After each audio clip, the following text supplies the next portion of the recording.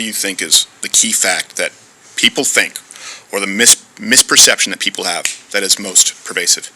That I didn't cross state lines, and that rifle I was carrying was 100% legal for me to carry. Yeah. Dude, that is the one that I keep having to tell people as well. Yep. I think you're right. I think that is the number one thing that is completely...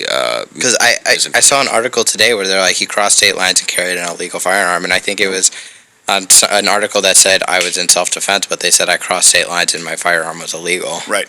Why does that one bother you more than the idea of white supremacists? Why is that the one that sticks in your craw so much? That's the one I hear the most. Okay. That, and again, on the white supremacist stuff, it's just false. Right. Yeah, it's not white supremacist. Well, that was the first charge dismissed, too. The gun charge, yes. Firearm charge. What happens when you crush entire sectors of your own economy for nearly 2 years, and then, to compensate for your crime, you decide to inject trillions of dollars of freshly printed cash into the system? What happens if you do that? Well, honestly, we don't really know what happens when you do that because no one in history has ever been stupid enough to try it. It's going to be years before we really understand the consequences of all this, of our government's reckless coronavirus policy. But in the meantime, we can say with total confidence that the American economy is getting very weird. Not all of it. Some of what we're seeing isn't weird in the slightest. It was, in fact, entirely predictable. If you create trillions of US dollars out of nothing, US dollars are going to be worth less, much less. This is called inflation, and we're suffering through it right now. Inflation, very simply, is the result of too much money in the system. If you have too much of something, its value falls, supply and demand, remember? This is what's causing the rise in real estate prices and of Bitcoin and of other assets that investors run to when they no longer trust the country's currency. Why can't you afford a house right now? Simple, because Washington printed too much money. No one should be surprised by this. It's a cycle as old as money itself. Political leaders devalue the currency for short-term gain. In the end, this leads to long-term collapse. Debasing the coinage, that's what they used to call it. For example, by the middle of the 3rd century, the Roman denarius, the silver coin, was only about 2% actual silver. The rest of it was just junk. Within a few years, not incidentally, the entire Roman Empire blew up and the barbarians took over. But it wasn't just the Romans who did this. Every government devalues its currency at some point. They do it because it's irresistible. You can't not do it. If you do it, you get free money and you don't have to raise taxes. It seems like a great idea, but in the end, every government pays the price for doing this, or more precisely, its citizens do. So the current inflation, horrible as it is hardly unexpected. You'd really have to be a Fed chairman not to have seen it coming. What's confusing as hell is our labor market. The unemployment rate is higher than it was before COVID. Not a ton, but some. That means fewer people have jobs than did 2 years ago. Labor force participation, meanwhile, a slightly different measurement, is way down. And that means fewer people are working or even looking for jobs. So that's the picture on one side of the labor market. And yet, this is the truly bizarre part, we are simultaneously experiencing a serious labor shortage. So we have a shortage of labor and a glut of labor simultaneously. In some places, businesses have shut down because they can't find employees, as you well know if you live here. So again, at the very same moment, we have both too many workers and also too few workers. That does not make sense. How can that possibly be happening? And again, we're going to be honest and tell you we're not entirely sure how it's happening. No one is entirely sure. But we can tell you it's definitely not natural. This is not how markets are supposed to work. This is not a good sign. If you were running the country and you were a responsible person, you'd be very concerned about a trend like this. But our leaders don't seem especially concerned. Consider Lisa Cook. She's a professor of economics at Michigan State University. Cook has advised Joe Biden on economic policies. She's now considered a shoo-in for an appointment to the Federal Reserve Board. So soon, Lisa Cook will be one of the people in charge of fixing this mess. How's she going to do at that job? Well, the early signs are not especially promising. Not long ago, Cook and other faculty members at Michigan State got an email from their school. Quote, "Our residential dining halls could use your help," it read. Turns out food service staff weren't showing up to work. Why? Well, partly because of the economic policies that the White House had enacted on the advice of Lisa Cook. And as a result of that, the cafeterias desperately needed faculty to pitch in and help, to feed people, the most basic job of all. And yet, as far as we know, Lisa Cook, despite her perfectly suited last name, did not help. She stayed home. Now, in case you think we're singling out Lisa Cook, to be fair, a lot of people are staying home these days. They're not pitching in. The number of Americans who have jobs has dropped by nearly 5 million people since February of last year. Now, none of these people, according to the government assessment, is looking for a new job. Why? Lots of reasons. Some of them have retired. Others have moved on to work that is difficult for the government to keep track of. That's not always a bad thing. If you've left a soul-crushing job at Citibank to tend an organic apple orchard, kind of hard to see how that's a net loss for society. In fact, we probably should be celebrating that. Good for you. The problem is with all the rest. Some large percentage of able-bodied Americans have just decided to stop working at all. Now, in the long run, this is a big change. It's not good for the national character, for example. Healthy societies value work. They believe it confers dignity and meaning. But in the short term, as an economic matter, this is killing small business. There's a driver shortage in this country, and it's not just hitting the transport of goods. School bus drivers are in short supply, too. At Nugget Market, the manager works the register For 3 packs, yep. to cover short staffing, a fact of life in so many businesses. Some Walgreens pharmacy drive-thrus, like this one at Main and Mason Streets in Green Bay, have been blocked off recently. Signs posted on the windows say they don't have enough staff. Certain job sectors like retail, restaurants, and hospitality are understaffed, no matter how you slice it. The government has incentivized people not to work, so it's really tough to get people to work, and then once they're here, to stay on for more than 6 months.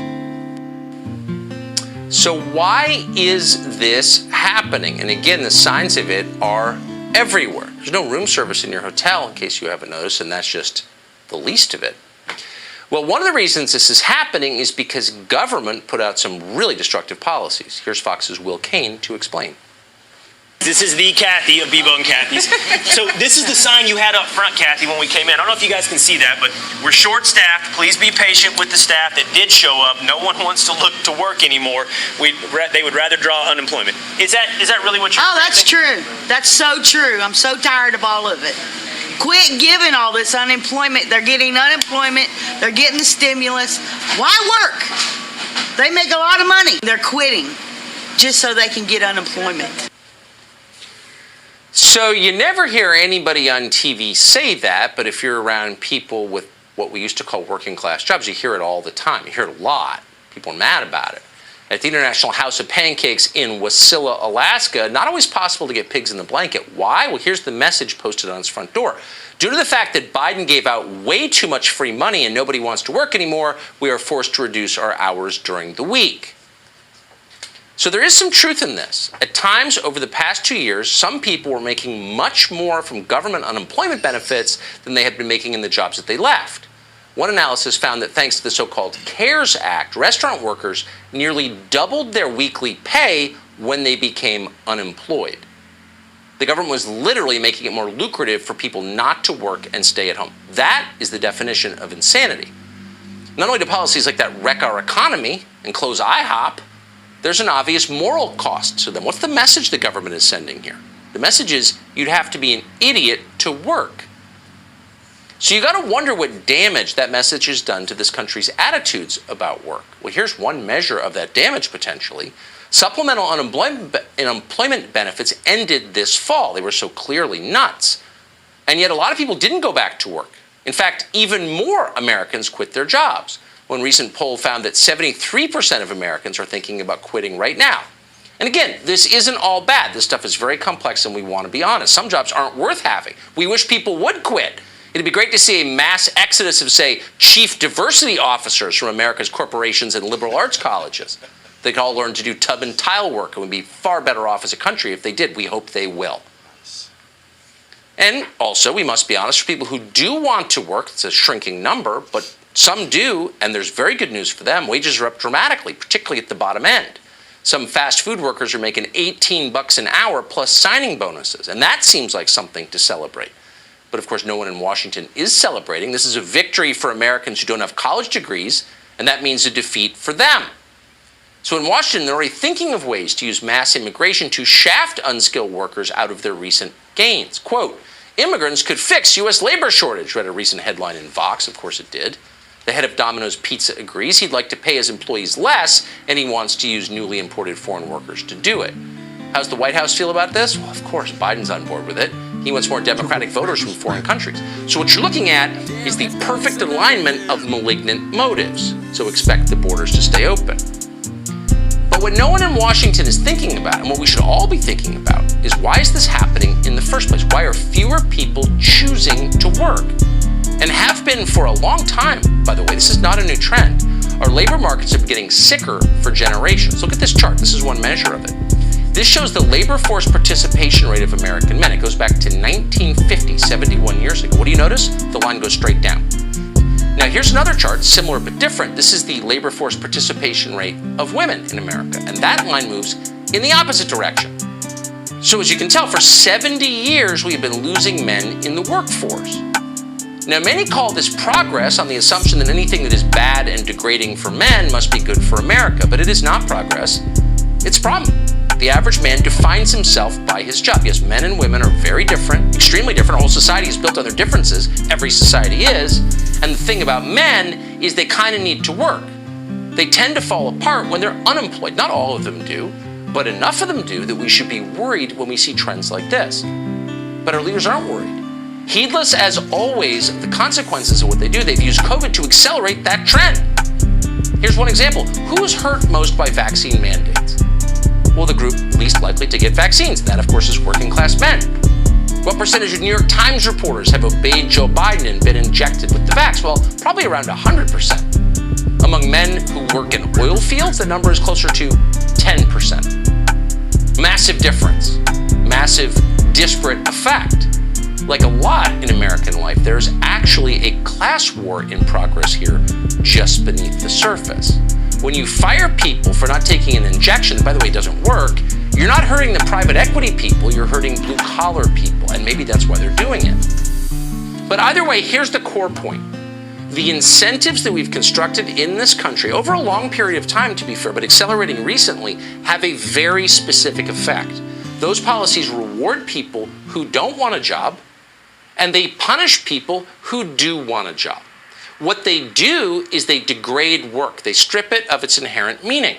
And that's a problem in a country that is running out of things that have inherent meaning. They're telling you that your religion means nothing, your patriotism means nothing, your family means nothing. Now they're telling you your work means nothing?